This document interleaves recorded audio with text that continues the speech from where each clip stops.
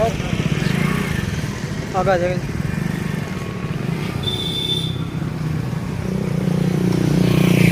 Police के सभी अधिकारी यहाँ पर मौजूद है और अगर बातचीत कर ले तो सुरक्षा के लिहाज से यहाँ पर जो बैरिकेडिंग है वो की गई है। अभी हम पहुँचेंगे जहाँ पर जो सर्चिंग ऑपरेशन चल रहा है वहाँ हम पहुँचेंगे और वहाँ पर पहुँच के जो भी अपडेट होगा वो आप तक पहुँचाने का कार्य करेंगे। यहाँ पर देखिए भारी संख्या में जो पुलिस बल है वो तैनात है, लोग भी यहाँ पर मौजूद है और प्राप्त जानकारी के अनुसार जो सर्चिंग ऑपरेशन है वो चल रहा है सुरजनवास डिस्ट्रीब्यूटरी की ओर। और इस वक्त हम बढ़ रहे हैं आगे, सुरजनवास डिस्ट्रीब्यूटरी पर इस वक्त हम पहुँचेंगे आगे की तरफ।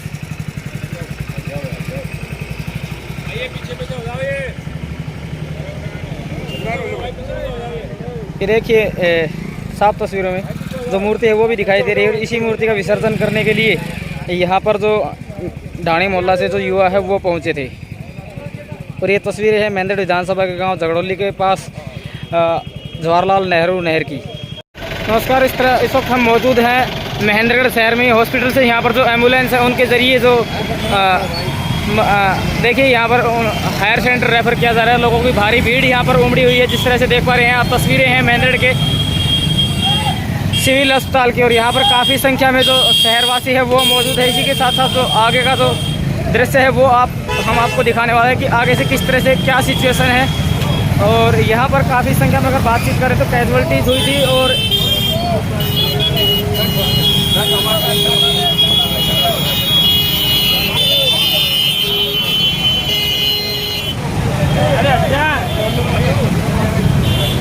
देखिए काफ़ी लोगों की संख्या यहाँ पर मौजूद है। एक बार आगे की तरफ बढ़ते हैं, लगता है कि शायद कुछ बातचीत हो रही है। एक बार दिखाएंगे आपको किस तरह से क्या बातचीत वहाँ पर चल रही है, क्या सारा मामला है। लोगों का जो हुजूम है वो यहाँ पर उमड़ा हुआ है, काफ़ी संख्या में लोग यहाँ पर मौजूद हैं। और ये तस्वीरें हम आपको दिखा रहे हैं महेंद्रगढ़ के हॉस्पिटल से।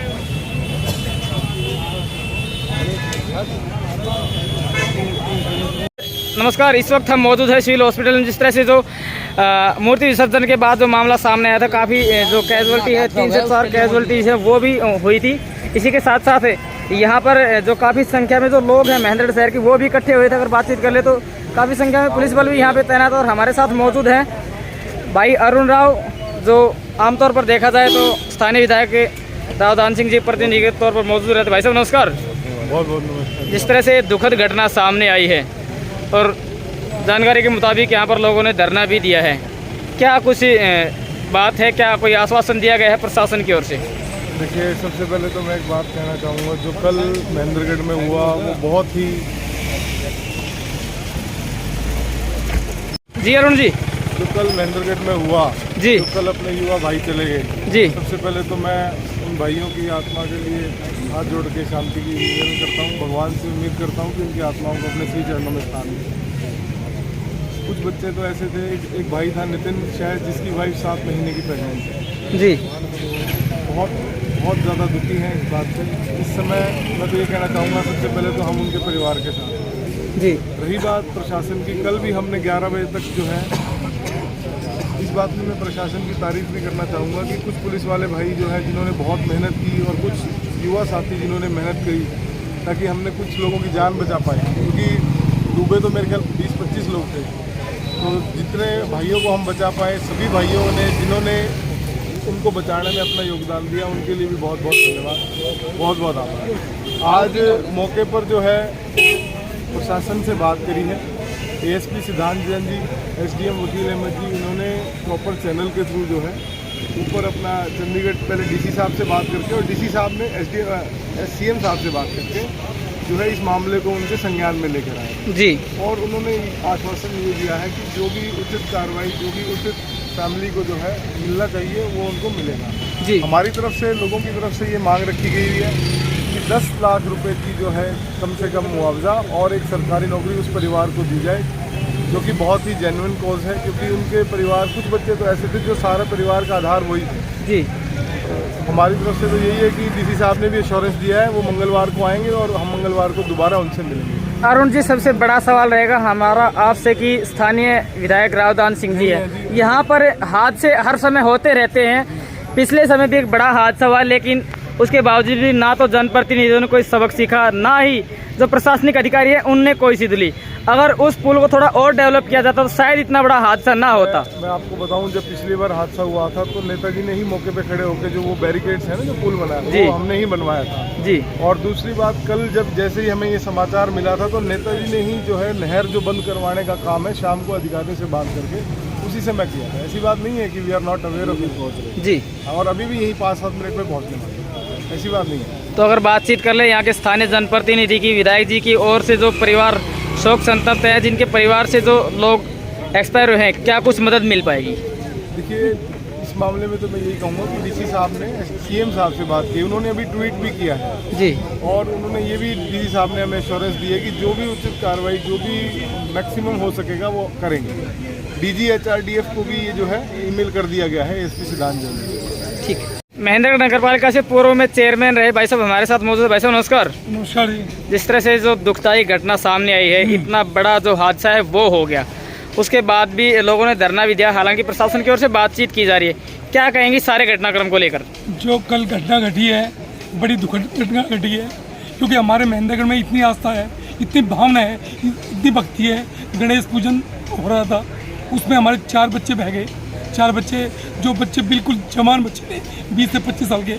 मैं सरकार से डिमांड करता हूँ, मांग करता हूँ कि सरकार इनको तुरंत से तुरंत 10,000 लाख का मुआवजा दे और प्रत्येक परिवार को एक नौकरी दे। जी मनीष जी नमस्कार।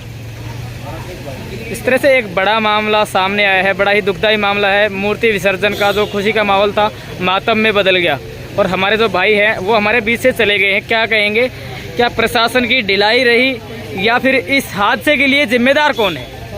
देखिए, इस हादसे के लिए साफ तौर पे जिम्मेदार प्रशासन है। हर वर्ष गणेश पूजा होती है, फिर उसके बाद गणपति विसर्जन होता है और उसी जगह पर होता है जहां अब ये कार्यक्रम हो रहा था।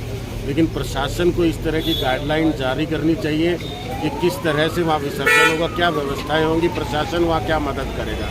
लेकिन किसी भी तरह का कोई भी प्रशासनिक अमला या प्रशासनिक व्यवस्था वहाँ मौजूद नहीं थी और उसी की अनदेखी में ये हादसा हुआ और हमारे 4 बेटे, 4 भाई हमारे इस दुनिया से चले गए। खुशी के माहौल को मातम में बदल गया।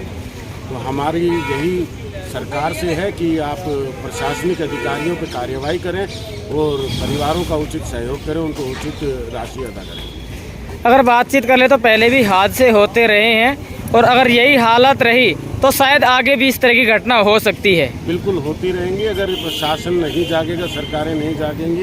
ये प्रशासन की जिम्मेदारी थी पूर्ण रूप से, और वहाँ जो हादसा हुआ इसकी जिम्मेदारी सरकार बताती है। ठीक। पार्टी के युवा जिला अध्यक्ष भाई संदीप सेठ हमारे साथ जुड़ चुके हैं और इस वक्त हम मौजूद हैं महेंद्रगढ़ के सिविल हॉस्पिटल। भाई साहब नमस्कार। नमस्कार भाई। एक बड़ा हादसा हुआ, सरकार पर आरोप लगाए जा रहे हैं जी।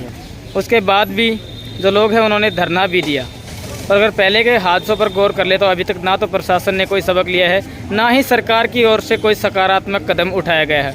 ऐसे में जो परिवार हैं, जिनकी रोजी रोटी चलाने वाले जो युवा थे, वो मौत का ग्रास बन गए हैं। अकाल मृत्यु के कारण उनकी मौत हो गई है। एक बड़ा हादसा हुआ है, क्या कहेंगे इस हादसे के लिए जिम्मेदार कौन? संजय भाई, बहुत ही दुख की खबर थी। कल मैं दिल्ली था, हमें पता चला फ़ोन के ज़रिए भी ऐसे गणेश जी की चतुर्थी को विसर्जन कर रहे हैं और ऐसे 15-20 बच्चे उनके साथ बह गए, जिनमें से 4 बच्चों की डेथ हो गई है।